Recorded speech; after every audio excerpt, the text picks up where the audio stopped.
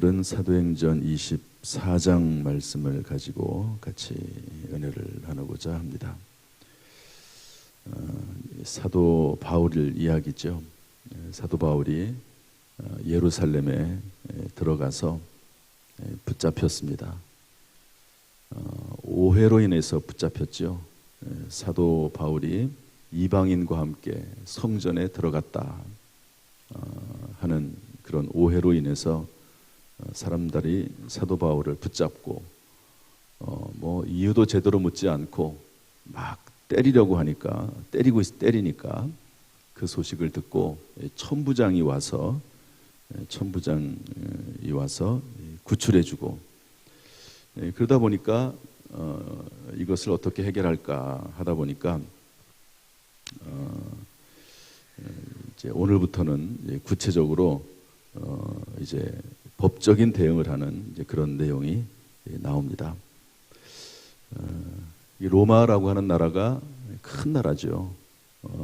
그러니까 그냥 아무것도 무슨 일을 하든지 간에 쉽게 처리할 수 없습니다. 그래서 그 법적인 절차를 쭉 밟아나가게 되는데요. 24장부터 25장, 또 길게는 사도행전 끝장까지 28장까지 그 내용이 나옵니다. 왜냐하면 여기에서 사도 바울이 재판을 받고 로마 시민권을 가진 사람이기 때문에 로마의 황제에게 내가 재판을 받겠다. 그래서 로마로 가게 되거든요. 28장에 가서야 이제 로마에 도착하게 되고 거기에서 재판을 받게 되니까 이제 24장부터 28장까지는 전부 사도 바울이 예루살렘에 가는 내용인데, 그 내용이 사실은 재판의 과정 중에 있다. 그러니까 사도 바울은 아마 상상도 못했을 겁니다. 본인이 재판을 받는 과정 가운데 로마로 가게 될 줄을 누가 알았겠습니까? 하나님의 방법과 계획은 사람으로 이해할 수 없는 그런 방법이라고 볼 수가 있습니다.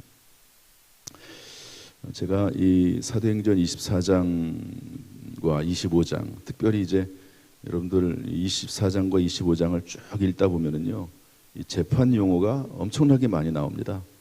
변호사란 말 나오고, 고소, 고발, 신문, 재판장, 사건, 연기했다는 말, 구류, 이런 호소한다 하는 말이라든지, 상소했다, 원고, 피고, 이런 말들이, 증언, 이런 말들이 계속 나옵니다.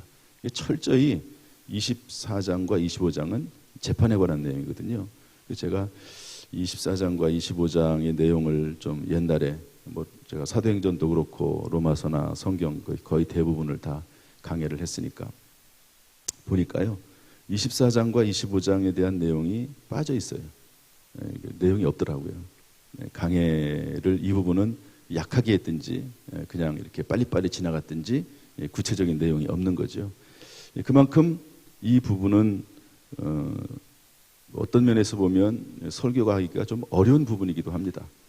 이 재판의 상황을 잘 깨닫기 어렵죠. 그 과정을. 아무튼 그런 내용인데요. 이 부분을 제가 이번에 사도행전 강해를 하면서 다시 한번 쭉 읽어보고 또 반복해서 읽어보고 하니까 이번에는 상당히 이 내용이 현실감 있게 다가오더라고요. 그때 사도 바울의 상황, 느낌, 이런 것들이 현실감 있게 다가와서 좀 자세히 볼 수 있게 됐습니다. 먼저 우리 24장 1절, 2절 말씀 다 같이 읽어보겠습니다. 1절, 2절 시작. 닷새 후에 대제사장 아나니아가 어떤 장로들과 한 변호사 도들로 함께 내려와서 총독 앞에서 바울을 고발하니라. 바울을 부르매 도들로가 고발하여 이르되, 대제사장 또 그리고 어떤 장로들, 고발을 하는 사람이죠. 원고입니다. 쉽게 말해서 원고예요. 닷새 후에 사도 바울이 이제 붙잡혀서 일단 감옥에 갇혀 있는 거죠. 어떤 일인지는 모르지만 사람들이 사도 바울을 죽이려고 하니까 일단 피신도 시켜놔야 되지만 또 어떤 일인지 모르니까 사도 바울은 감옥에 갇혀 있습니다.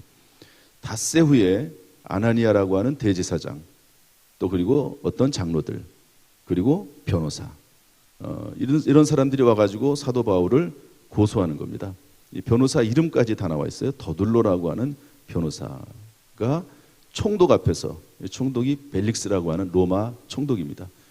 그런데 바울을 고발합니다. 그래서 사도 바울을 부르죠. 그러니까 고발하는 내용이 이제 쭉 나오는데요. 한번 그 3절부터 6절까지 고발하는 내용을 한번 읽어보겠습니다. 3절부터 6절, 8절까지 한번 읽어보도록 하죠. 다시 한번. 그냥 아까 쭉 그냥 읽었던 내용과 다르게 이게 고발하는 내용이다. 그리고 변호사가 했던 말이다. 저도 지난 한 3년, 4년 동안 과정을 쭉 겪다 보니까요. 이 변호사들을 제가 많이 알게 됐어요. 어떻게 하다 보니까 뭐 김 땡땡, 뭐 손 땡땡, 임 무슨 변호사, 뭐 이 무슨 변호사, 김 무슨 변호사, 이런 분들. 참 변호사의 역할이 참 훌륭하고 중요하기도 하지만 또 이렇게 악한 자의 편에 서서 변호를 하는 경우도 있습니다. 악한 자의 편에 서서 죄가 없는 사도 바울을 오히려 고소하는 데 앞장서는 그런 변호사도 있는 것이죠. 어떻게 고소하는지 한번 읽어보겠습니다. 3절부터 8절까지 시작. 벨릭스 각하여, 우리가 당신을 힘입어 태평을 누리고 또 이 민족이 당신의 선견으로 말미암아 여러 가지로 개선된 것을 우리가 어느 모양으로나 어느 곳에서나 크게 감사나이다. 당신을 더 괴롭게 아니하려 하여 우리가 대강 여짜옵나니 관용하여 들으시기를 원하나이다. 우리가 보니 이 사람은 전염병 같은 자라. 천하에 흩어진 유대인을 다 소유하게 하는 자요 나사렛 이단의 우두머리라. 그가 또 성전을 더럽게 하려 함으로 우리가 잡았사오니 당신이 그를 신문하시면 우리가 고발하는 이 모든 일을 아실 수 있나이다 하니. 변호사가 재판장, 총독이면서 재판장이죠. 그 재판장에게 벨릭스 각하여, 그러면서 전반부에 아주 엄청난 칭찬이기도 하지만 아부를 합니다. 우리가 당신을 힘입어서 태평을 누리고 있습니다. 이 변호사도 하나님을 믿는 사람이 아니겠습니까? 유대인이니까. 우리가 당신을 힘입어 태평을 누립니다. 하나님을 힘입어 태평을 누리는 게 아니고 당신을 힘입어 태평을 누립니다. 이 민족이 당신의 선견으로 말미암아. 지금 벨릭스라고 하는 사람은 로마의 총독입니다. 쉽게 말해서 일본 사람들이 우리를 지배하는 것처럼 일본 사람의 역할을 하는 거거든요. 일본 사람의 편에 서가지고 민족을 괴롭히는 사람입니다. 그런데 그 사람을 향해서 당신 때문에 우리가 잘 살고 있습니다. 당신이 지혜가 많아서 우리나라가 이렇게 많이 개선이 됐습니다. 그래서 어느 모양으로나 어느 곳에서나 당신께 감사합니다. 이렇게 얘기하는 거예요. 물론 뭐 재판장에게 해야 될 말이긴 하지만, 그러나 이렇게까지 할 필요가 있을까 할 정도로 이 벨릭스에게 엄청나게 아부를 하면서 말을 이어갑니다. 그러면서 대강 얘기를 하겠는데 잘 들어주시기를 바랍니다. 그러면서 이렇게 고소합니다. 5절 보니까 우리가 보니 이 사람은 전염병 같은 자라. 전체적으로 사도 바울에 대한 평가를 이렇게 내립니다. 변호사가 사도 바울에 대해서 말하기를 이 사람은 전염병 같은 사람이다. 여러분 콜레라나 흑사병 또 코로나19처럼 여러분 전염병이 얼마나 무섭습니까? 우리나라가 또 전 세계가 지금 전염병 때문에 얼마나 고통을 당하고 있습니까? 그런데 이 사람은 전염병 같은 자라. 이런 저주스러운 말을 내뱉는 거죠. 여러분 한번 생각을 한번 해보세요. 그냥 우리가 성경을 읽으니까 지나가는 거지, 자기 자신에 대해서 누가 저 사람은 전염병 같은 사람이라고 그렇게 한번 얘기를 한다고 생각을 해보십시오. 얼마나 그것이 모욕적인 말이고 얼마나 수치스러운 말이고 얼마나 마음에 상처가 되고 가슴이 찢어지는 말입니까? 저 사람은 전염병 같은 자라고 그렇게 이야기하는 것이죠. 그러면서 세 가지를 고소합니다.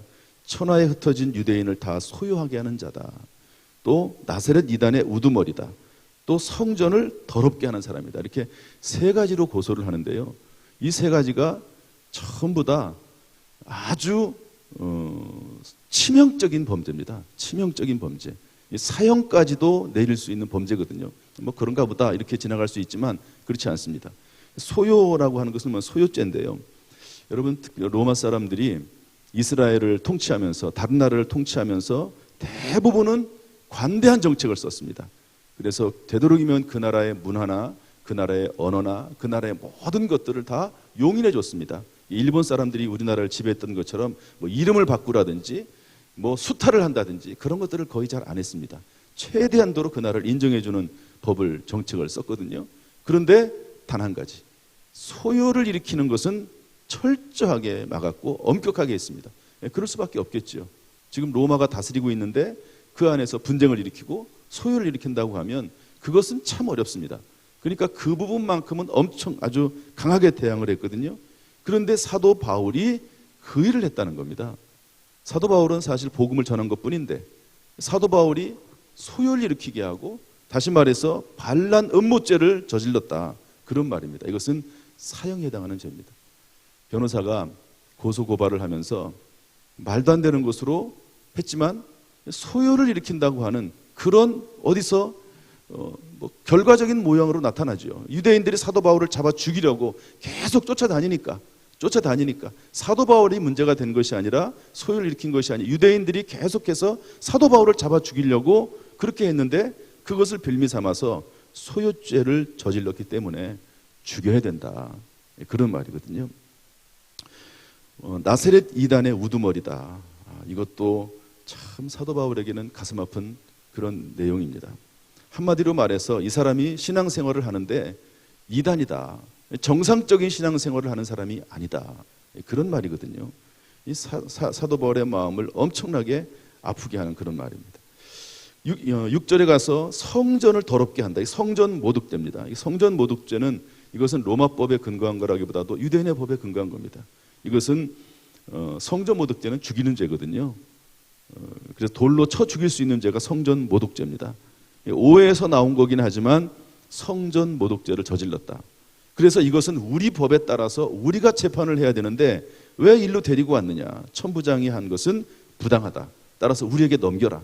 그럼 우리가 어떻게 되겠습니까? 산헤드린 공회의에 넘어가면 당연히 인민재판하고 그리고 돌로 쳐 죽이겠죠. 이 세 가지 죄가 그냥 우리가 단순히 읽고 나가기에는 그냥 쉬운 죄 같은데요, 그러나 다 죽일 죄입니다. 다 생명을 죽일 수 있는 그런 죄들입니다. 이렇게 더둘로라고 하는 변호사가 사도 바울을 고소하는데요, 정말 치명적인 내용을 가지고 고소한 거고요. 그리고 사도 바울의 인격을 모독하고, 그리고 사도 바울을 엄청나게 상처를 주는 그런 방식으로 지금 더둘로가 고발을 한 겁니다. 그랬더니 9절에 유대인들도 이에 참가하여 이 말이 옳다 주장하니라. 이 말이 옳다, 옳은 게 아니죠. 사실은 오해에서 비롯된 거거든요. 그러니까 거짓 증언입니다. 실제로 본 것도 아닌데도 불구하고 그렇다고 거짓으로 증언까지 해서 원고 입장에서 볼 때, 고발하는 사람 입장에서는 뭐 아주 상당히 완벽하게 고소 고발을 한 겁니다. 여기에 대해서 사도 바울이 변론하는 내용이 이제 뒷부분에 나오는데 시간적으로 어떻게 안 될 것 같습니다. 한 가지만 먼저, 이 세 가지에 대해서 고소를 했기 때문에 세 가지를 다 변호를 해야 되거든요. 우리 10절 말씀 다 같이 읽어보겠습니다. 10절부터 11절까지 다 같이 읽어보겠습니다. 12절까지 시작. 총독이 바울에게 머리로 표시하여 말하라 하니 그가 대답하되 당신이 여러 해 전부터 이 민족의 재판장 된 것을 내가 알고 내 사건에 대하여 기꺼이 변명하나이다. 당신이 아실 수 있는 바와 같이 내가 예루살렘에 예배하러 올라간 지 열 이틀밖에 안 되었고 그들은 내가 성전에서 누구와 변론하는 것이나 회당 또는 시중에서 무리를 소동하게 하는 것을 보지 못하였으니 이제 나를 고발하는 모든 일에 대하여 그들이 능히 당신 앞에 내세울 것이 없나이다. 이것은 첫 번째 고소에 대한 답변입니다. 소요죄, 반란 음모죄를 일으켰다 하는 것에 대한 답변이거든요. 여기 대해서 뭐라고 답변합니까? 한마디로 말하기를 내가 여기 온 지 열 이틀밖에 안 됐다. 12일밖에 안 됐다. 그런데 무슨 내가 반란죄를 저지르고 그리고 소요죄를 저지르겠나? 내가 성전에서 누구와 변론하는 것이나 무리를 선동하거나 시중에서의 어떤 말을 한 것을 한 적이 없다. 내가 온 지 얼마 되지도 않았는데 무슨 소요를 일으켰느냐. 거기에 대해서 누구 증인이 있으면 얘기하도록 하라. 단 한 명도 없다. 그렇게 변호를 하게 되는 것이죠. 그리고 나서 뒷부분에 이제 나머지 두 가지에 대해서도 하나하나 답변하는 내용이 나오게 됩니다. 이 재판이라고 하는 것은 그 자체가 사람을 참 피곤하게 하고 신경 쓰이게 만들고, 사도 바울이 아무런 죄가 없어도 일로 인해서 끌려다니고 또 일로 인해서 괴로움 당하고 재판정에 서야 되고 또 생각해야 되고 고민해야 되고 답변을 만들어내야 되고 하는 그런 일들이 참 사람을 힘들게 하고 피곤하게 하는 일입니다. 그런데 이제 사도 바울이 이런 고난도 당하는 거죠. 사도 바울이 매를 맞고 또 욕을 먹고 또 여러 가지 배고픔과 또 여러 가지 고난을 당하지만 이런 고난도 사도 바울이 당합니다. 재판정에서는 고난도 사도 바울이 당하게 되고 또 로마까지 끌려가게 되는 내용도 나오게 되는 것이죠. 이제 말씀을 정리하겠습니다. 이런 사도 바울의 어려움과 고난을 당하지만 또 정말 저주스러운 말을 듣고 가슴이 찢어지는 그런 상처를 받기는 하지만, 그러나 그럼에도 불구하고 사도 바울은 그 마음에 여전히 감사한 마음과 담대함이 있습니다. 왜 그럴까요? 사도 바울에게 이미 한 말이 있죠. 담대하라. 네가 로마도 보아야 하리라. 따라합시다. 담대하라. 네가 로마도 보아야 하리라. 이런 하나님의 음성이 이미 마음속에 하나님의 음성을 들었기 때문에 그렇습니다. 그래서 비록 엄청나게 저주스러운 말을 듣고 가슴이 찢어지는 말을 들었지만 하나님이 주신 사명이 아직 남아있기 때문에, 또 사명을 이루라고 하나님께서 말씀하셨기 때문에 그 사명 붙잡고 나가는 겁니다. 또 주 예수를 위해 받는 고난이라고 하면 이런 것들도 감수를 하는 것이죠. 또 교회를 위해서, 교회를 지키기 위해서 당하는 모욕이라면 이런 것도 영광스럽게 감당했던 것을 볼 수가 있습니다. 사랑하는 성도 여러분, 살다 보면 여러 가지 일들을 만납니다. 그러나 그것이 주님을 위해서라면, 사명 감당하기 위해서 있는 일이라고 하면, 주님의 몸된 교회를 위해서라면 여러분 감사함으로 그런 일을 받고 끝까지 사명을 감당하는 저와 여러분 될 수 있기를 주님의 이름으로 축복합니다. 오늘도 하나님께서 우리의 입술에 기도를 사용하시고 우리의 기도를 통해서 하나님의 거룩한 뜻이 이루어지기를 주님의 이름으로 축원합니다. 기도하겠습니다. 하나님 아버지 감사합니다. 오늘도 이 새벽에 나와서 기도의 사명을 감당하게 하시니 감사합니다. 우리의 입술을 사용하여 주옵소서. 사도 바울이 당한 고난을 기억하면서 우리도 주 예수 그리스도와 동행하는 것을, 또 사명 감당하는 것을, 교회를 위해서 힘쓰는 것을 참으로 감사하는 복된 삶이 되도록 우리를 인도하여 주옵소서. 우리 모든 성도들 모든 일이 합력하여 선이 되게 하시고 더 잘되고 크게 잘되는 역사가 있도록 인도하여 주옵소서. 예수님의 이름으로 축복하며 기도하옵나이다. 아멘. 이제는 우리 주 예수 그리스도의 은혜와 아버지 하나님의 무한하신 사랑과 성령님의 교통하심이 이 시간 저 앞에 나와 예배드리며 기도하며 찬송하는 모든 성도들에게, 그 가정, 직장, 사업, 자녀, 심령 위에 함께 하시기를 간절히 축원하옵나이다. 아멘.